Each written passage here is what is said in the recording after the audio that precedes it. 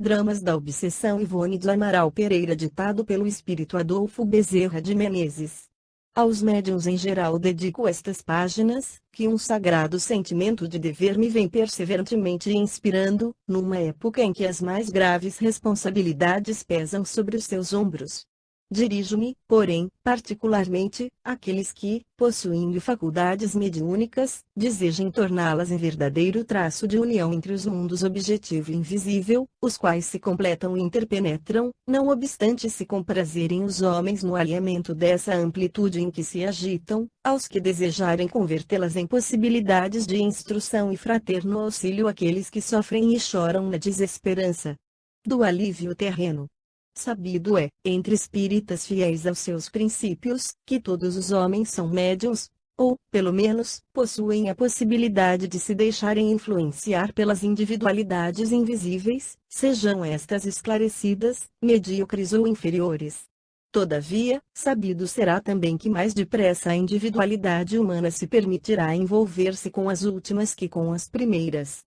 Os múltiplos casos e gêneros diversos de obsessão, esse flagelo que assola os planetas onde grandes criminosos, grandes culpados e viciosos reencarnam, aglomerados para os devidos resgates do passado e consequente progresso, os complexos dos noticiários macabros, onde avultam todas as modalidades da delinquência e do insulto, a agudo harmonia da sociedade, do crime e da desesperança sem tréguas, muitas vezes tiveram origem na influência de seres invisíveis. Sobre os portes mediúnicos ignorados ou rejeitados, do delinquente, pois não esqueceremos que se trata de forças tão naturais na espécie humana como qualquer outro dos 5 sentidos que integram a mesma personalidade humana. A presente tese será capaz de oferecer ao observador estudos interessantes, visto aqueles fatos serem inseparáveis da vida diária da maioria das personalidades de que se compõe a sociedade terrena. Estudemos, pois, alguns dos variados aspectos do fenômeno mediúnico ligado à obsessão, em fraterno convívio de nossas mentes, durante o decorrer das presentes páginas. Rio de Janeiro, 14 de março de 1964. Adolfo Bezerra de Menezes. Leonel e os Judeus. Primeira parte. Nos serviços do Consolador. 5. O espírito mau espera que o outro, a quem ele quer mal, esteja preso ao seu corpo e, assim, menos livre, para mais facilmente o atormentar, ferir nos seus interesses ou nas suas mais caras afeições. Allan Kardec. O Evangelho segundo o Espiritismo, capítulo 10, item 6. Capítulo 1. Acerca desse sexto sentido que toda a humanidade possui, a despeito de a maioria dos homens ignorar que o possui, uma vez que se desconhecem estes a si próprios, relatarei um fato que ficará como exemplo, ou padrão, para quantos análogos o leitor encontrar nos noticiários macabros da imprensa mundial, como da imprensa brasileira em particular, visto o que, ao que se observa, os portes mediúnicos são ainda mais vastos no Brasil do que em outros agrupamentos terrenos, mais suscetível o seu povo, portanto, por mais apaixonado e vibrátil, de se deixar influenciar pelo invisível. Será esse dom entre a grande massa dos brasileiros, porém, um defeito? Será uma qualidade? Diremos tão somente, furtando-nos a uma apreciação precipitada, que apenas se trata de um dom natural, e que ao seu portador cumpre não torná-lo causa de dissabores ou prejuízos para si ou para os outros, sem avançarmos na assertiva de que seja uma felicidade ou uma desdita o fato de possuí-lo. A nós, no entanto, os trabalhadores do plano espiritual, cumpre o dever de esclarecer o leigo, como espírita, de que a dita propriedade deverá ser cultivada sob princípios honestos e rigorosos, a fim de que não venha a se tornar motivo de desordem na boa harmonia íntima ou social do seu portador. Um homem poderá possuir, por exemplo, dons literários, o que é sempre admirável, enobrecedor. Na hipótese de não os cultivar honestamente, dirigindo-os sob princípios consagrados de arte, moral e beleza, poderá desvirtuá-los e até servir com eles à deseducação dos leitores, contribuindo para o rebaixamento mental, moral e intelectual dos mesmos se, em vez de obras excelentes, passar a produzir literatura amoral, frívola, perniciosa ou gramaticalmente bastarda, enquanto a si mesmo se degradará, tornando-se indigno deles. A palavra, vibração divina do pensamento, o qual, por sua vez, será a essência do próprio Ser Supremo refletida na sua criatura, foi concedida ao homem pelas leis eternas da natureza, para facilitação do seu progresso e engrandecimento, recurso 6. Precioso com que lhe dará a própria personalidade, para atingir finalidades gloriosas. Não obstante, há espíritos que reencarnam padecendo a penalidade da mudez, porque dela se serviram, no passado, para intrigas e calúnias, blasfêmias e insultos, discursando impropriamente, ainda, diante de assembleias numerosas, para incentivarem o erro e o crime, a hostilidade e a revolta, a inquietação coletiva e o assassínio nas guerras e até mesmo o desrespeito à ideia de Deus. De forma idêntica será o sexto sentido de que tratamos, isto é, a intuição, ou a mediunidade em geral, é um dom, estudo, concedido pela criação para a edificação, o progresso e a felicidade do seu portador, passível de progredir em possibilidades através do exercício, do tempo e das reencarnações, há algo mais delicado, profundo e superior que os demais sentidos e que necessitará ser devidamente amado, respeitado e cultivado dentro dos postulados da moral, da justiça, do amor e da fé, a fim de que não se anule, como se anularia a visão de uma criatura que desde o nascimento vivesse às escuras, e se não resvale ao choque das impurezas humanas. Isso mesmo já vou-lhe expôs com clareza absoluta o instrutor por excelência da terceira revelação, encarnado na prudência e na austeridade de Allan Kardec. Mas porque vimos decifrando certa inércia mental entre os aprendizes atuais da mesma revelação, eis-nos aderindo a um movimento de reexplicações daquilo mesmo que há um século foi dito e que agora procuraremos algo encenar ou romantizar, a fim de divertir uma geração enquanto tentamos instruí-la no melindroso assunto, geração que não dispensa a positivação dos exemplos. Aliás, o exemplo será, efetivamente, o melhor método e gostamos de aplicá-lo sempre que nos permita o ensejo, por mais fácil reter o aprendiz, na memória, o ensinamento necessário, através dele. Há 2000 anos, o mestre da seara em que militamos criou a suavidade das parábolas, cujos atraentes rumores ainda ecoam em nossa sensibilidade, ensinando-nos lições inesquecíveis. Seus obreiros do momento criam, ou traduzem da realidade da vida cotidiana, tal qual ele o fez, a exemplificação dos romances, ou lições romantizadas, expondo teses urgentes, ensinamentos indispensáveis, no sabor de uma narrativa da vida comum. É o mesmo método de há 2000 anos, criado pelo Divino Mestre, para a instrução urgente e fácil das massas. Assim sendo, o caso que vos contarei em seguida é perfeitamente verdadeiro e não uma ficção.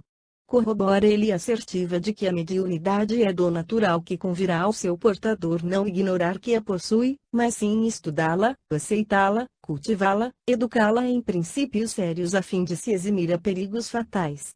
A personagem, aqui figurada com o nome de Leonel, possuía dons mediúnicos. Porém, tratando-se de um livre pensador, cujo orgulho repudiava qualquer tendência para as questões metafísicas, e que ao espiritismo preferia ridiculizar num combate chistoso e desprezível, ignorava-se a si mesmo, desconhecendo, voluntariamente, que em sua própria natureza humana carregava a possibilidade de se deixar influenciar e dirigir pelos habitantes do mundo invisível, cuja existência absolutamente não admitia. Assim sendo, passemos a sua atormentada história ao lado dos seus perseguidores judeus do plano invisível. Capítulo 2. 7.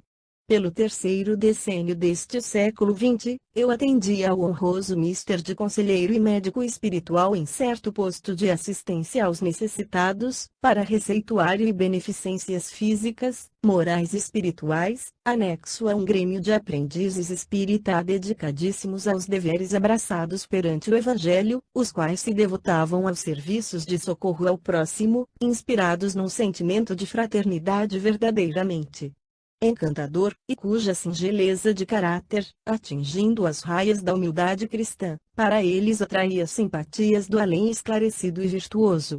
Os serviços em geral, verificados nesse núcleo, programados pelo venerando espírito de Bittencourt Sampaio, através de um médium explícito e positivo, eram diários e muito eficientes, o que sobremodo nos satisfazia por nos permitir ensejos variados na difusão e prática dos serviços do Consolador. Era meu assistente, por esse tempo, uma entidade em aprendizado, atualmente reencarnada, generosa e dedicada, que adotara o prenome de Roberto, conquanto essa não fosse realmente a sua identidade, além de outros que não precisaremos nomear. Certa noite, após o receituário, deteve-se o médium, responsável pelo gabinete em que se processava o melindroso mandato, na súplica ardorosa para visitação espiritual a um ambiente doméstico atacado de singulares manifestações de provação, intensas e dolorosas. Uma carta chegara do sul do país às mãos do médium, enviada pela caridosa gentileza de um familiar do mesmo instrumento, solicitando seus préstimos de intermediário entre os poderes invisíveis e a terra para alívio de criaturas que se debatiam contra torrentes de desesperações positivamente remediáveis por outra forma. Leu ao médium para mim, por entre as irradiações da prece caritativa, e eu, captando o assunto através de suas vibrações, decalquei-a em minha mente desde então, arquivando-a de molde a me permitir hoje reerguê-la dos escombros mentais, a fim de transcrevê-la neste momento.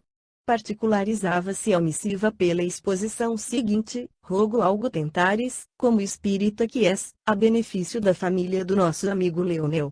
Passam-se fatos verdadeiramente desorientadores, deixando perplexos os amigos da casa. Desde a morte do pobre Leonel, verificada, como sabes, por um suicídio em tão trágicas condições, a família inteira sente ímpetos para o suicídio. Não ignoras que sua filha Alcina suicidou-se também, 10 meses depois dele próprio. Agora é seu filho Orlando que deseja morrer, havendo já tentado algumas vezes o ato terrível. Vivem todos a chorar, desesperados, sem ânimo para a continuação da existência. Somente a viúva de Leonel consegue algo de estimulante para se impor à situação, que é a mais anormal possível. A miséria lhes bate à porta, pois nada possuem ninguém, senão ela, trabalha. Finalmente, peço-te que rogues a Deus por eles, já que cultivas a fé em teu coração, porquanto a terra é impotente para deter a avalanche de desgraças que sobre essa pobre gente se arremessou. Ora, minutos antes de iniciado o meu expediente no referido centro, fora eu prevenido de que essa carta havia sido escrita ao meu médium e, portanto, recebia sem surpresa, através deste.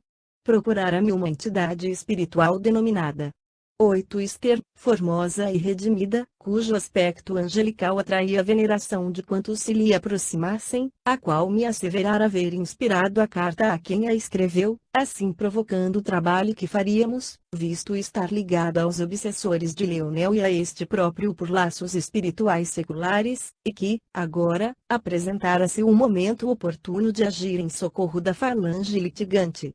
Rogava, por isso, nosso concurso, uma vez que não poderia operar sozinha, e ainda porque os serviços de além-túmulo são produtos de equipe e jamais de um trabalhador isolado. Ambos os apelos de Esther e da carta eram impressionantes e impossível seria não atendê-los, tentando algo a benefício dos sofredores. Os serviços ficaram, assim, sob meu critério, dadas as minhas atividades naquele núcleo espírita, muito embora fraterno concurso alheio me coadjuvasse. Submeti o aparelho mediúnico à letargia branda do transe, mantendo a mim ligado pela troca das vibrações necessárias à comunicação que se processava, arregimentei os assistentes espirituais auxiliares, de plantão no centro naquela noite, e partimos para o endereço apontado, em inspeção indispensável. Impossível, porém, nos fora ali penetrar pelos meios comuns, tal a densidade vibratória asfixiante do recinto, o clima obsessor que expandia malefícios em derredor do lar sinistrado pela onda de tragédia que a ele se adaptava. Eu levara, no entanto, em nossa comitiva, um indígena brasileiro da raça tamoio, espírito hábil, honesto e obediente, que voluntariamente se associara à nossa falange, desejando servir ao bem, e mais o nosso assistente Roberto, a quem eu muito amava e em quem confiava plenamente. Ambos ali penetraram, sacrificando a própria harmonia vibratória, a fim de se inteirarem minuciosamente do que realmente se passava. Retornaram logo após ao posto mediúnico de onde haviam partido, chocados e ansiosos. E Roberto, que chefiava a expedição, tomou a palavra, transmitiu as irradiações mentais, desincumbindo-se do noticiário sobre o reconhecimento efetuado. Trata-se de um caso de obsessão coletiva simples, meu caro irmão, carente de intervenção imediata de socorro espiritual, a fim de que se evitem outros suicídios na família. São quase todos os membros dessa numerosa família, constituída do velho casal e 10 filhos menores, portadores de faculdades mediúnicas ignoradas. Não cultivam o estudo edificante para o saneamento mental, nem a meditação sobre assuntos elevados do espírito, e tampouco a prece, tornando-se, por isso mesmo, campo raso para os assédios das trevas, pois que também não alimentam sentimentos religiosos de qualquer espécie, apenas afetando um interesse convencional pela crença católica romana. Dizes, pois, meu caro Roberto. Intervim, procurando inteirar-me dos detalhes a fim de melhor estabelecer o programa de operações beneficentes. Ter havido, com efeito, mais de um suicídio no seio dessa pobre família, sim. Inteirei-me de que o chefe da mesma família, de nome Leonel, pôs termo à existência terrena, desfechando um tiro de revólver no ouvido direito, e que sua filha primogênita, jovem de 20 primaveras, limitou o gesto alguns meses depois, servindo-se, porém, de um tóxico violento. Inteirei-me ainda de que outro filho seu, de 15 anos de idade, tentou igualmente o sinistro ato, salvando-se, no entanto, graças à ação prestimosa de amigos agilíssimos, que evitaram fosse ele colhido por um trem de ferro, pois o tresloucado lançou-se aos trilhos, enfrentando o comboio, que se aproximava. E como te inteiraste de que se trata de ação obsessora simples? Sobre 9 médiuns que ignoram estar sob influências maleficentes da sugestão extraterrena, visto que vivem alheios aos fenômenos e às observações espíritas, vimos ambos os suicidas ainda retidos no próprio teatro dos acontecimentos, Leonel, vagando, desolado e sofredor, a bradar por socorros médicos, traindo nas próprias repercussões vibratórias o gênero da morte escolhida sob pressões invisíveis. E Alcina, a filha, com o perispírito ainda em colapso, desmaiada sob o choque violento do ato praticado. Distinguimos também os obsessores e como se apresentam estes. Odientos, vingativos. Sofredores, que destilam o vírus mental e vibratório contundente, sem saberem o que fazem. Afeiçoados às vítimas por simples afinidades de caráter, ou índole, pois sabemos que até mesmo um sentimento de amor ou paixão mal orientado ocasionará desastres como esses. Não, senhor, explicou vivamente o dedicado assistente. Trata-se de algo ainda mais doloroso. São ódios, vinganças pessoais de um passado que se me afigura intensamente dramático. Os obsessores pertencem às falanges do antigo judaísmo. Ainda conservam nas irradiações mentais, refletindo sobre a sensibilidade do perispírito, as sombras, as imagens, muito concretizadas, da indumentária usada pelos judeus de Portugal, pelo século XVI. Eu também vivi nessa época, meu caro irmão, na Espanha como em Portugal. Pertenci igualmente ao judaísmo. Fácil me foi compreender o amargor da situação que acabo de presenciar.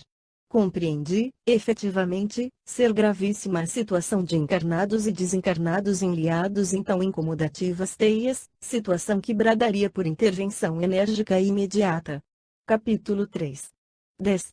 No além existem regras de trabalho admiravelmente estabelecidas, equivalentes a leis, mediante as quais os trabalhadores do bem poderão tomar as providências que a sua responsabilidade, ou competência, entenderem devidas e necessárias. Geralmente aplicam-nas, as providências, espíritos investidos de autoridade, espécie de chefes de departamento ou de secção, tal como os entendem os homens, sem que para tanto sejam necessários entendimentos prévios com outras autoridades superiores, ou seja, o regime da burocracia, de que os homens tanto abusam nas suas indecisões, e o qual é desconhecido no espaço. De outro modo, encontrando-se os referidos serviços do invisível sob a jurisprudência da fraternidade universal, quaisquer servidores estarão em condições de resolver os problemas que se apresentam no seu roteiro, desde que para tanto investidos se encontrem daquela autoridade que, no além, absolutamente não é o cargo que confere, mas o equilíbrio consciencial e moral de que disponham.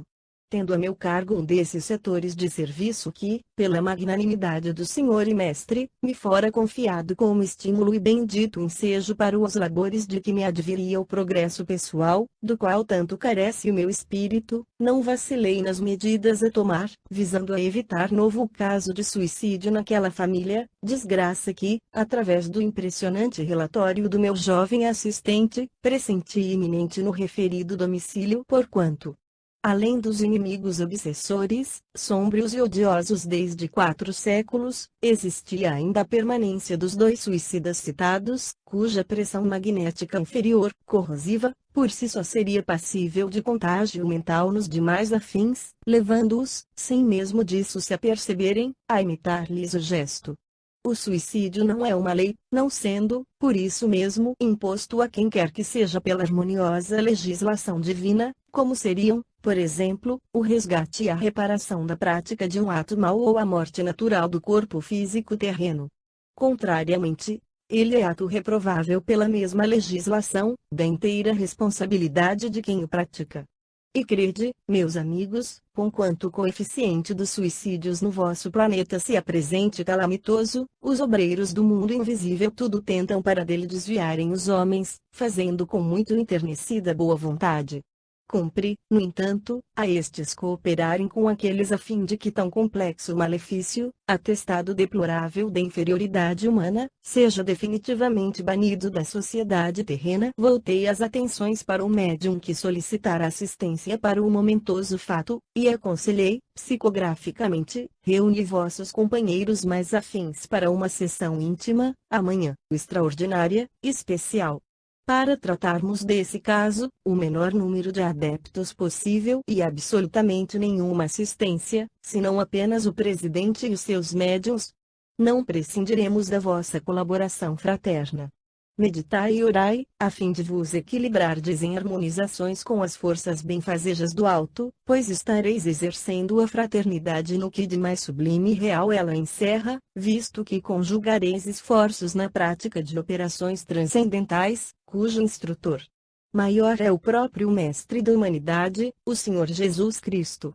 Eu sabia que aqueles singelos, mas dedicados aprendizes, acatariam fielmente as minhas recomendações, portando-se à altura da confiança que neles depositávamos, e despreocupei-me dessa particularidade, certo de que ambiente doutrinário, faculdades mediúnicas a contento, amor ao trabalho, boa vontade em servir ao bem servindo ao sofredor, circunspecção nos atos todos os dispositivos necessários aos grandes feitos espíritas, encontraríamos nas personalidades daquele punhado de discípulos cujos labores se verificavam continuamente sob rigorosa vigilância espiritual.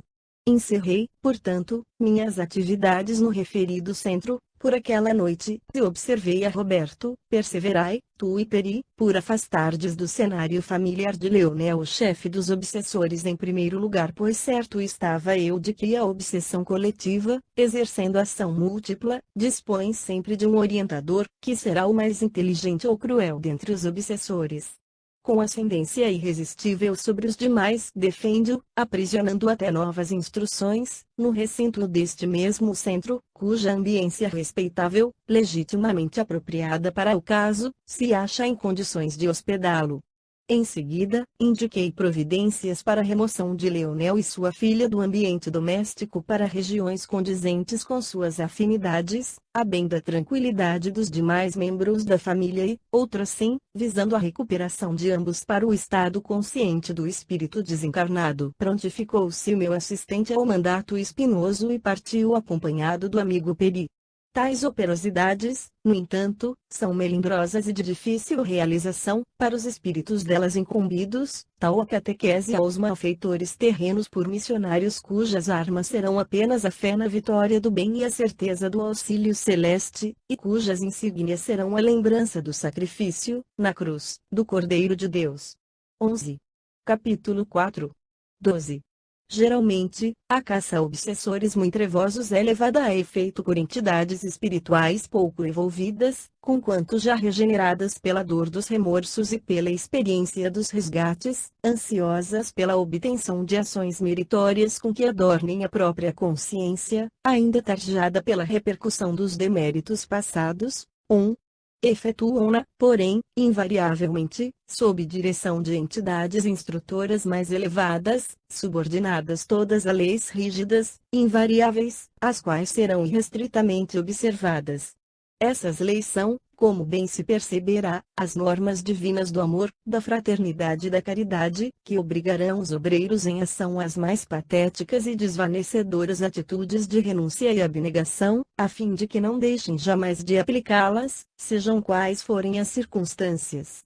Muitos desses operadores possuem método próprio de agir e os instrutores responsáveis pelo trabalho deixam-nos à vontade dentro do critério das leis vigentes, tal como a equipe de professores que ensinassem letras, ciências, etc., mantendo cada um o seu próprio método, embora observando todas as leis da pedagogia ou do critério particular de cada matéria.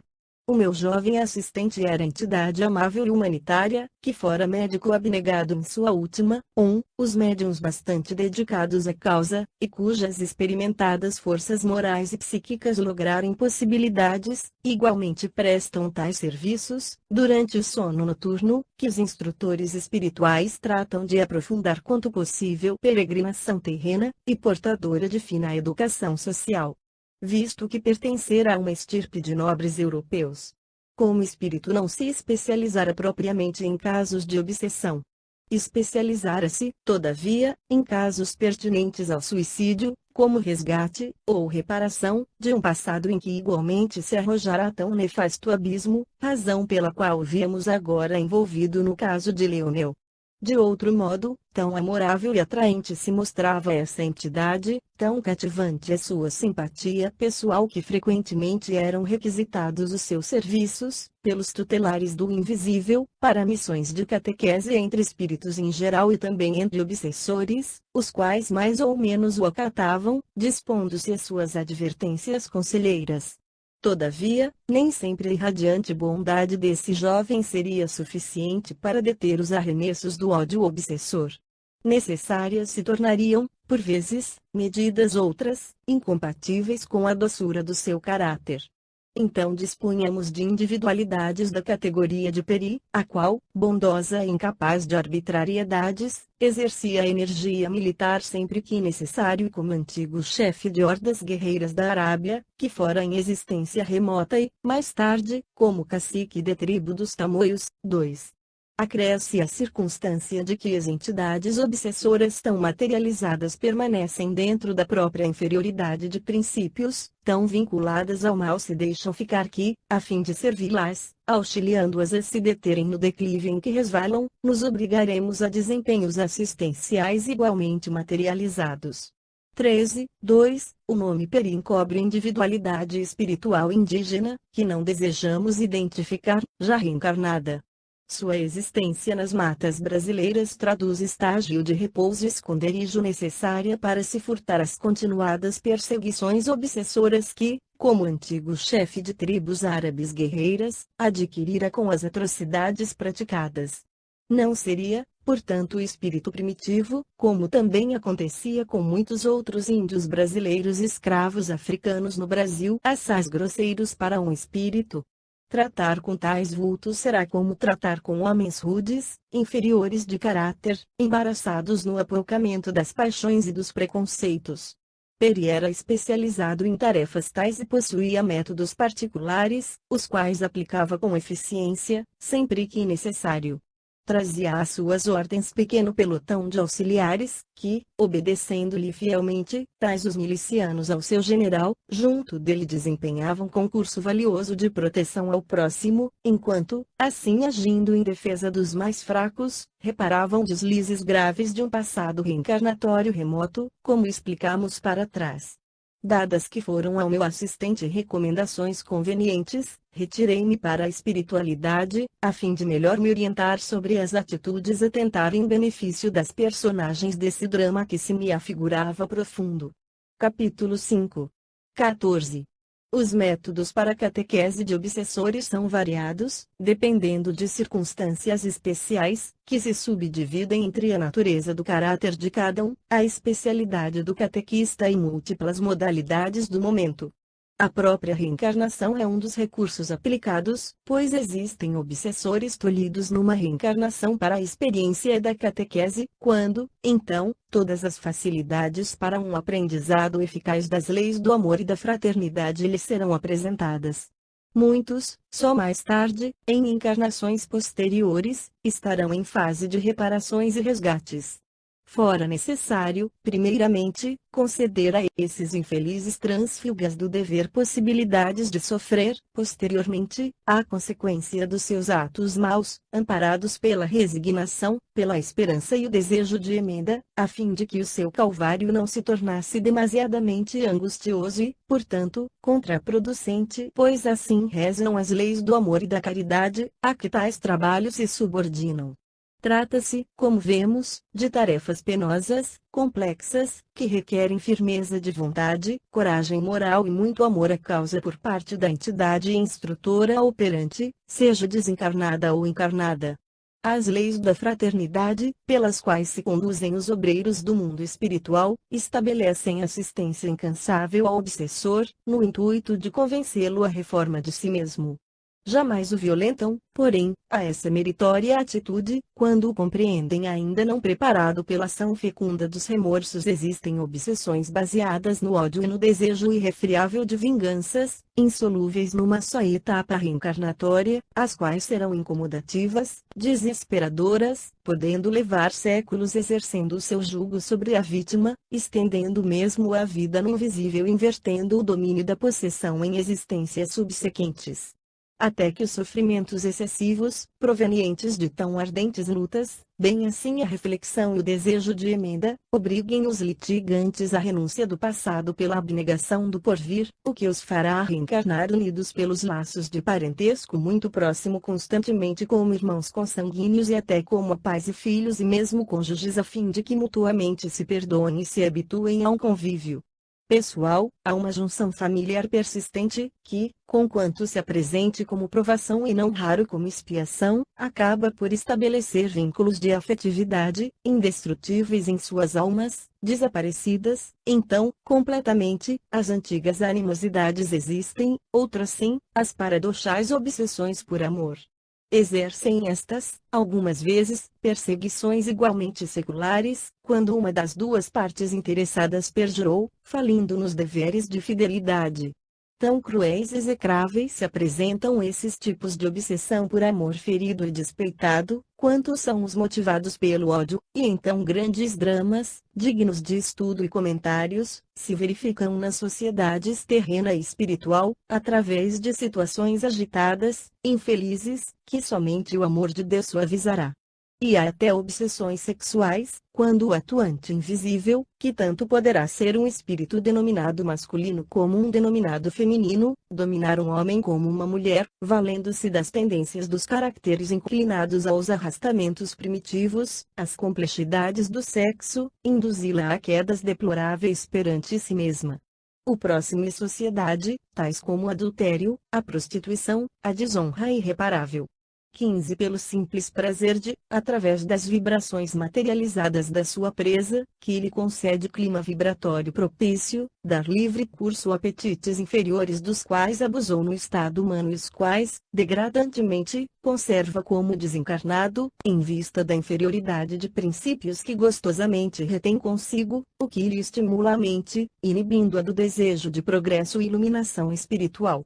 Geralmente exercida tão só através da telepatia ou da sugestão mental, é bem certo que o obsessor estabelece uma oculta infiltração vibratória perniciosa sobre o sistema nervoso do obsidiado, contaminando-lhe a mente, o perispírito, os pensamentos, até ao completo domínio das ações. Tais casos se apresentam dificilmente curáveis, não somente por aprazerem as vítimas conservá-los, como por ser ignorada de todos essa mesma infiltração estranha, e mais particularmente porque o tratamento seria antes moral, com a reeducação mental do enfermo através de princípios elevados, que lhe faltaram, não raro, desde a infância. Refutará o leitor, lembrando que, assim sendo, ninguém terá responsabilidades nos erros que sob tais influências cometer.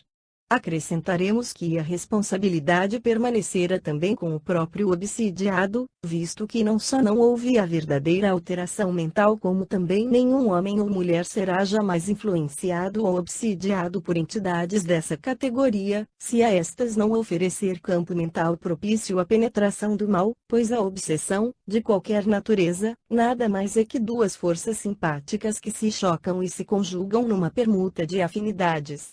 Prosseguindo, lembraremos ainda certas obsessões de que tratam os evangelhos, as quais tornam o obsidiado surdo e mudo, geralmente desde o nascimento ou a infância, e muitas vezes, quando passais por um desses infelizes na via pública, longe estareis de compreender que vos encontrais diante de um doente psíquico e não propriamente físico, de um obsidiado, que vem sendo atormentado desde o estágio do invisível, durante a desencarnação, e cujas consciências e vibrações, acometidas de mil prejuízos daí originados, somente conseguirão modelar para sua reencarnação expiatória um feto ou corpo apropriado ao seu demérito consciencial. Casos há curáveis, neste exemplo, com a retirada dos algozes, consoante a prática o tem demonstrado. A maioria, no entanto, não será curável, uma vez que aí se enquadrarão também os delatores, os caluniadores do passado, grandes intrigantes, maldizentes e blasfemos, aqueles que abusaram do dom da palavra para desabonarem o próximo, torturar os corações, escandalizar a sociedade em que viveram.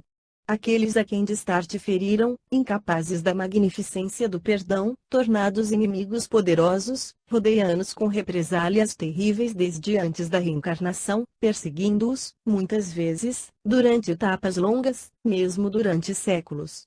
E a lei da criação assim permite para que as criaturas, à custa da própria experiência, aprendam a considerar as leis do dever e da justiça, únicas que lhes concederão situação digna no seio das sociedades em que viverem, a cada um segundo as próprias obras. Eis a sentença, ou lei, exposta por Jesus, que previne contra infrações tais.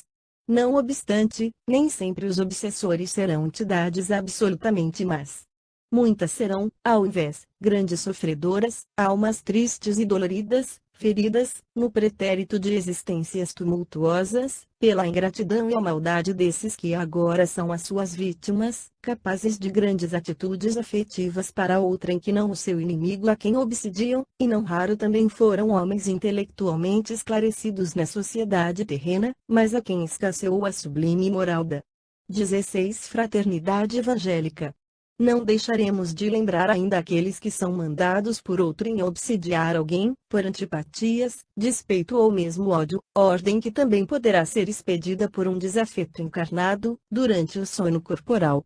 Tais perseguidores agem em torno das suas presas obedecendo, portanto, a ordens de terceiros, sem que a menor animosidade os impelisse ao ato, senão a obediência a uma entidade terrena ou invisível, a quem renderão homenagens e por quem nutrirão consideração. Serão, então, como uma variante daqueles assalariados terrenos, que, por uma paga, cometeriam qualquer espécie de vileza contra um estranho, de quem nenhuma queixa teriam. A invigilância, o desajuste mental do obsidiado, na sua vida cotidiana, darão ensejos a tal possibilidade, apresentando-se esse caso, então, como consequência lógica da sua incúria no cumprimento dos deveres e não como inevitáveis resgates ou expiações de vidas pretéritas. Não esqueçamos daquelas que têm origem no pensamento de atração da própria vítima, cuja atitude mental reteve junto de si o espírito de um inimigo ou um rival, de um desafeto ou de um ser querido, os quais, jungidos às suas ondas de atração, de tal sorte se adaptam a elas que terminam por infelicitá-las com sua presença permanente, pois que tais entidades não estarão, absolutamente, em condições de beneficiar alguém com as próprias irradiações. Geralmente curáveis através da prece, da meditação sadia e de uma doutrinação elevada e amorosa, tais obsessões, que melhor qualificaremos de atuação ou assédio, uma vez combatidas trazem a particularidade de beneficiar melhor o obsessor do que o próprio obsidiado. Este atrairá, fatalmente, novas atuações das sombras, dado que se não dedique decididamente à prática do bem para a renovação dos próprios valores morais, enquanto aquele, pertencendo à classe humílima do invisível, grandemente sofredor quase sempre, e ignorante de princípios redentores, ferido por injustiças e menosprezo da sociedade terrena em que viveu, será encaminhado a um reajustamento conveniente. Comumente esse reajustamento será efetivado através da reencarnação, desde que demonstre desejo sincero de emenda, sendo ele mais infeliz e ignorante, conforme acima asseveramos, do que mesmo mal. A todos esses desarmonizados das leis da fraternidade deverão os servos do Senhor encarnados e desencarnados esclarecer ou proteger com dedicações incansáveis, paciência infatigável, desprendimento e desinteresse, visando não somente a méritos para si próprios, mas, acima de tudo, ao cumprimento de sagrados deveres diante do Todo-Poderoso, que estabeleceu a justiça do auxílio do mais forte ao mais fraco, do esclarecido ao ignorante, segundo rezam os dispositivos da lei de amor ao próximo como a si mesmo. Capítulo 6. 17. Urgia retirar do seio da infeliz família de Leonel os inimigos invisíveis que a atormentavam. Repugna sempre, porém, as individualidades já esclarecidas, admitir nos serviços de beneficência ao próximo quaisquer atos de violência contra o mesmo. Certamente que Roberto e Peri, coadjuvados pela assistência do alto, que segue todo aquele que se devota às causas justas, teriam possibilidades de remover dali os infelizes perturbadores, sem preocupações de ordem mais suave. Todavia, não o fizeram. A fim de encontrarem facilidade para o intento, previamente trataram de afastar Leonel e sua filha para local seguro, no qual se abrigassem de novas investidas das trevas, conquanto esse local houvesse de ser concorde com seus estados de inferioridade vibratória, verdadeiros dementes, enfermos graves que eram ambos, carecedores de delicados cuidados do mundo espiritual. O suicídio, como ninguém mais ignora, constitui para o espírito, que a ele se aventurou então à adversa hora, um estado complexo de semiloucura, situação crítica e lamentável de descontrole mental, forçando estudos e exames especiais dentro da própria revelação espírita.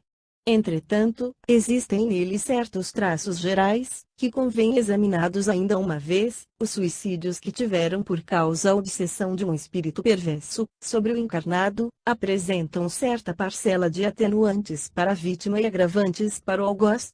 Existem suicidas que se viram sugestionados a cometerem o ato terrível, através do sono de cada noite, por uma pressão obsessora do seu desafeto espiritual, desafeto que poderá ser também um espírito encarnado, e a qual não se puderam furtar, tal o paciente que, recebendo do seu magnetizador uma ordem durante transe sonambúlico, cumpre-a exatamente dentro do prazo determinado por este, mesmo quando se passaram já muitos meses depois da experiência. Outros existem que não querem absolutamente morrer, não desejam o suicídio, que relutam mesmo contra a ideia porque se veem atormentados e se horrorizam ao compreender que algo desconhecido os arrasta para o abismo, abismo esse que temem e ante o qual se apavoram. Apesar disso, sucumbem, precipitam-se nele, uma vez que, deseducados da luz das verdades eternas, desconhecedores do verdadeiro móvel da vida humana, como da natureza espiritual do homem, não lograram forças nem elementos com que se libertarem do jugo mental terrível e malfazejo, cujo acesso permitiram. Eles veem junto a si antes de efetivado o ato, com impressionante segurança, tais se materializados fossem diante dos seus olhos corporais, os quadros mentais que o obsessor fornece através da telepatia ou da sugestão, um receptáculo de veneno ou substância corrosiva, um revólver engatilhado, que misteriosa mão sustém, oferecendo-lhe uma queda de grande altura, onde eles próprios se veem despenhando, um veículo em movimento, sob o qual se deverá arrojar, etc. Sofrem assim, por vezes, durante meses consecutivos, sem ânimo para confidenciarem com amigos, uma agonia moral extenuante e arrasadora, uma angústia deprimente e inconsolável, que lhes agravam os males que já os infelicitavam, angústia que nenhum vocábulo humano será eficiente para bem traduzir.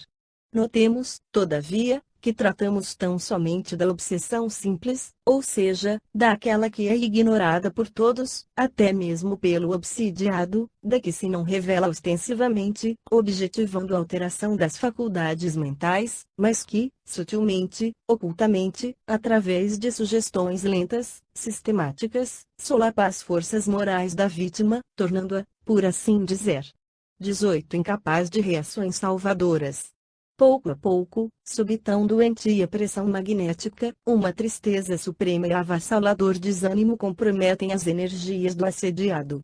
Aterrador alarme desorienta-o, todos os fatos da vida, mesmo os mais vulgares, se lhe apresentam ao raciocínio contaminados pela infiltração obsessora, dramáticos, maus, irremediáveis. Esquece-se ele de tudo, até mesmo do seu Criador, ao qual, em verdade, jamais considerou, mas em cujo amor encontraria proteção e forças para resistir à tentação. E somente se preocupa com o meio pelo qual se furtará aos males que o afligem. Então sucumbe sem apelação, curva-se à vontade que conseguiu dominar a sua vontade, servindo-se da sua fraqueza de homem despreocupado das razões da vida e ignorante de si mesmo, que da existência só conheceu, muitas vezes, a feição meramente animal. Daí se concluirá, então, da necessidade de os homens procurarem conhecer a si mesmos, isto é, que possuem nos recessos da personalidade um sexto sentido, um dom natural capaz de permitir tais desastres, se conservar ignorado, e se eles próprios, os seus portadores, preferirem viver alheios às causas sérias e elevadas, que lhes permitiriam harmonização com estados psíquicos superiores, que de tudo isso os eximirão. Uma vez que o obsidiado possuirá, forçosamente, para que se torne obsidiado, os ditos dons mediúnicos, tal como toda a humanidade os possui. Ora, o suicídio, assim efetuado, transformou-se antes num assassínio gravíssimo, contornado de agravantes, cometido pelo obsessor, que responderá pela crueldade exercida, perante a justiça do Criador Supremo. Quanto ao obsidiado, sua responsabilidade certamente foi profunda, em razão de haver permitido acesso às arremetidas inferiores, por se conservar igualmente inferior, não desejando o próprio progresso com a renovação dos próprios valores morais à procura do ser espiritual e divino existente em si, não tentando reações de ordem moral e mental para dignamente se equilibrar nos deveres impostos pela existência. Responderá, portanto, pela fraqueza e a descrença que testemunhou, enfrentando, após o suicídio, momentos críticos, decepcionantes, da vida do além, e retornando à Terra para, em existência nova, terminar aqui fora interrompida pela fragilidade demonstrada ao entregar-se às mãos do algoz, sem tentar defender-se com as devidas diligências, ou reações. Capítulo 7. 19. A ação de Roberto para retirar os dois suicidas pai e filha do teatro dos acontecimentos, ou seja, do seu próprio lar, destacou-se pela suavidade da prática e espírito de piedade. Não ignorava ele que, em torno de uma individualidade impenitente, desencarnada ou não, voluteiam entidades viciosas e perturbadoras, mas que também se encontram influenciações amorosas de amigos da espiritualidade, afeições ternas, de preferência uma mãe, um pai, um amigo dedicado, almas outras, prestativas e sinceras, prontas a intervirem beneficiando aquele que lhe foi caro, desde que o momento se lhes torne propício. Apelou, portanto, para o auxílio do espírito já esclarecido da genitora do suicida, dela solicitando concurso valioso para a missão de fraternidade que se impusera, a par de outras entidades votadas, permanentemente, ao gênero de serviço. Por sua vez, Peri reunia seus milicianos árabes, pois os desencarnados também podem organizar milícias para os serviços do bem, se lhes aprouver, com ele cercando a residência em questão, como fariam autoridades terrestres, a fim de evitarem quaisquer sortidas desagradáveis por parte dos obsessores, que poderiam querer evitar a partida das suas vítimas, dada a hipótese de poderem perceber a movimentação que se seguiria. O móvel do suicídio de Leonel, criado, como sabemos, sob pressão de inimigos invisíveis, fora o terror a uma inevitável ordem de prisão, ao cárcere humilhante e degradante, que lhe escancarava possibilidades irreprimíveis. curvando-se àquelas influências, envolvera-se ele em complexos irremediáveis, no seio da firma comercial a que emprestava os próprios labores profissionais, como guarda-livros e caixa interino que era da mesma, cargos estes da mais alta importância no comércio e que outrora somente se confiavam a pessoas de reputação inatacável e íntima confiança da firma que as admitia. Mas, para que o leitor, leigo dos conhecimentos em torno das infiltrações obsessoras que podem envolver uma personalidade, possa ajuizar dos seus sintomas e a tempo procurar recursos na ciência psíquica para debelar o terrível mal, com os corretivos fornecidos pela mesma ciência, entendemos dever explicar algo que se passava com aquela personagem da nossa história. As anormalidades morais e psíquicas surgiram na vida de Leonel desde a infância. Durante esse período, em que, geralmente, a criança é graciosa e gentil, passiva às disciplinas educativas, a dita personagem mostrava-se avessa aos próprios carinhos maternos, preferindo rebelar-se contra toda e qualquer modalidade de correção imposta pelos pais, e também pelos mestres, na escola que frequentava, e repelindo conselhos e advertências que visavam a orientá-la para bons princípios.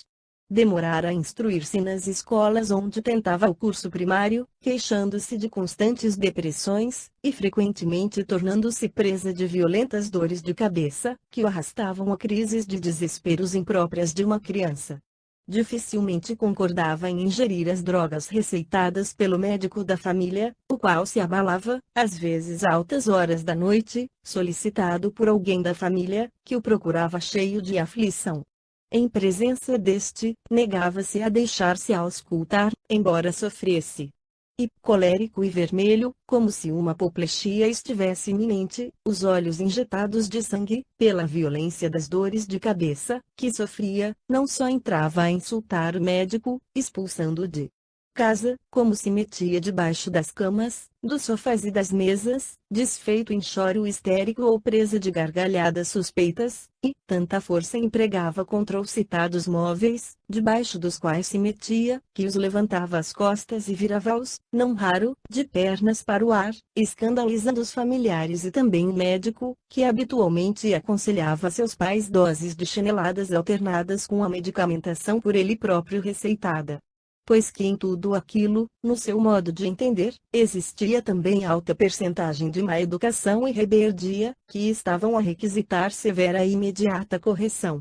De outras vezes, verdadeiramente possesso pelas entidades trevosas do invisível, quebrava os consolos e aparadores de sua mãe e as porcelanas existentes nos armários onde se guardava a louça da casa, quebrava espelhos, vidraças, e tais eram os desatinos que sobrevinham dentro do lar, daí derivados, que, desesperado, seu pai saía para a rua, às vezes a horas adiantadas da noite, receoso de esbordoá-lo e matá-lo sob a cólera.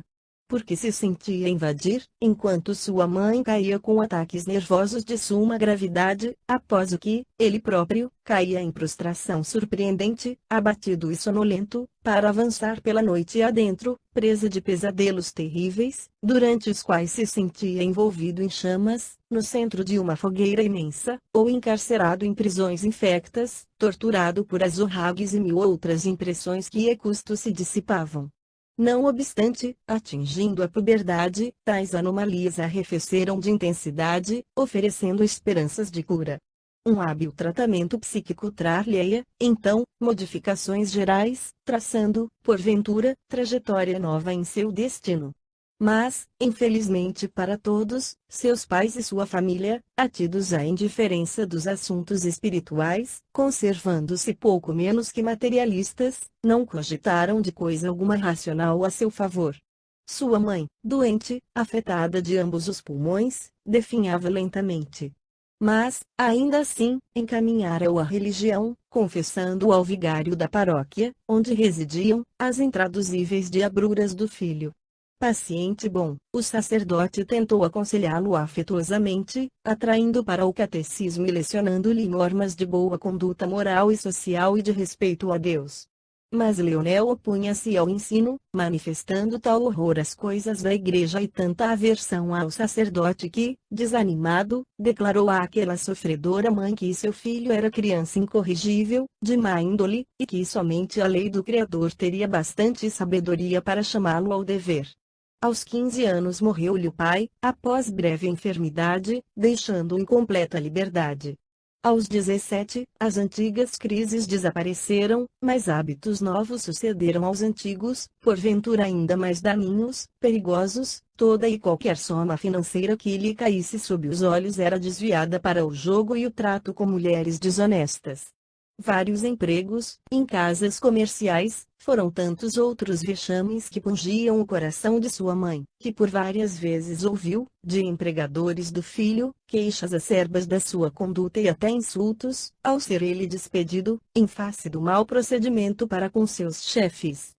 Finalmente, com muito esforço e sob vigilância do padrinho, que lhe substituíra, até certo ponto, o pai conseguiu findar o curso de ciências comerciais que desde muito tentava, e tornou-se guarda-livros, título equivalente ao que hoje se denomina perito contador. Por esse tempo, o jogo absorvia-o e ele se endividava, causando sobressaltos à sua mãe, que temia vê-lo irremediavelmente desacreditado, às voltas com a polícia. Mesmo assim, porém, apesar de encontrar-se sofrivelmente colocado e contando apenas 22 anos de idade, casou-se, porquanto a família entendera tornar. 21 o casamento seguro corretivo para tantos desatinos. Não foi, entretanto, mau esposo, se considerarmos que não maltratava fisicamente a mulher, sendo até amável no trato para com ela. Mas também não se poderia considerá-lo bom, visto que jamais se preocupou em proporcionar conforto à família, mantendo-a sempre em acentuada pobreza, porquanto seus desacertos fora do lar absorviam parte dos recursos obtidos do trabalho cotidiano. Sua existência, assim, após o casamento, continuou caracterizando-se pelos desacertos, que prosseguiam em crescendo angustiador. A despeito da paciência da esposa, do seu desvelo pelo lar, ali não havia paz, nem esperança, nem confiança no destino, porque Leonel passava noites consecutivas à mesa do jogo ou locupletando-se em ceias orgíacas com amigos suspeitos. Os filhos se sucediam, e, ao atingirem a segunda infância, dir-se-iam viver assustadiços, atemorizados sem saberem por que razão. Eram feios, nervosos, enfermiços, dentre todos destacando-se a filha primogênita, cujo nome, Alcina, dir-se-ia o próprio escárnio em face do seu aspecto visivelmente masculino, não obstante tratar-se de pessoa raquítica. Feia, trazendo feições anormais, inteiramente desgraciosa, exibia também um defeito físico, pois coxeava sensivelmente da perna esquerda. Nesse lar, altercações, choro, dificuldades financeiras, falta de crença em Deus e de qualquer religião, era o que ressaltava, de início, a observação de qualquer visitante ou amigo. À noite, sucediam-se, entre os filhos, pesadelos e crises idênticas aos que o próprio Leonel apresentara na infância, o que o levava a dizer, sem preocupações, trata-se de atavismo. Eu fui assim, durante a infância. Após a morte de sua mãe, todavia, breve interregno sucedeu-se nos destinos de Leonel. Dir-se-ia que o choque, por haver perdido tão excelente amiga, chamara-o à razão. Surgiu em seu caminho, em seguida, oportunidade feliz de boa colocação numa fábrica de tecidos, da qual passou a ser o chefe dos escritórios, ou antes, o guarda-livros responsável por todo o movimento financeiro. 4 anos decorreram sem anormalidades.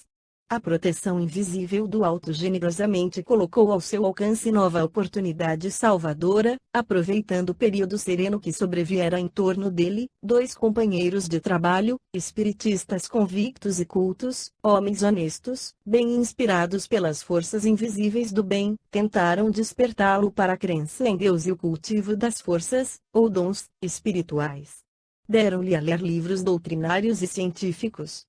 Falaram-lhe da excelsitude da doutrina que professavam, a qual a eles próprios levantara do ostracismo estéril para o plano harmonioso do dever cumprido e da consciência tranquila.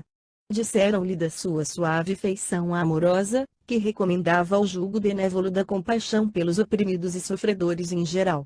Mas Leonel rejeitou os amorosos convites, ridiculizou o evangelho, que ele não estava à altura de assimilar, glosou com xistes ofensivos a filosofia, que não pôde entender, e depreciou a ciência, para terminar evitando o prosseguimento das relações de amizade com os dois companheiros, que ali nada mais representavam senão instrumentos da assistência piedosa do invisível, que tentava estender-lhe mão salvadora à beira de um abismo que o seu livre-arbítrio tornava iminente, mas evitável pelo bom senso e a continência nas expansões das próprias paixões. Vagara, porém, o cargo de tesoureiro-caixa da fábrica em apreço. Porque houvesse cativado a confiança dos diretores da mesma, com habilidade profissional, de que dera sobejas provas, confiaram-lhe, interinamente, o cargo máximo da grande instituição comercial. Os primeiros meses deslizaram. 22 normalmente.